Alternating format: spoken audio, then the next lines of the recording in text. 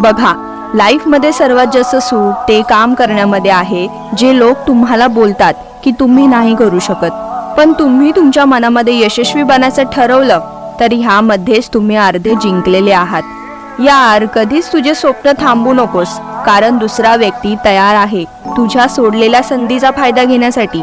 स्वतःला एवढं पण कमजोर नको करून घेऊस की तुम्हाला लोकांच्या उपकाराची गरज पडेल. अरे नका पळू कोणाच्या मागे. ज्यांना जायचं आहे त्यांना जाऊ द्या, तो नंतर परत येईलही. स्वतःला जरा कामयाब तरी होऊ द्या. जर तुम्ही स्वप्न बघायची हिंमत ठेवत आहात तर तुम्ही ते पूर्ण पण कराल, नक्की कराल.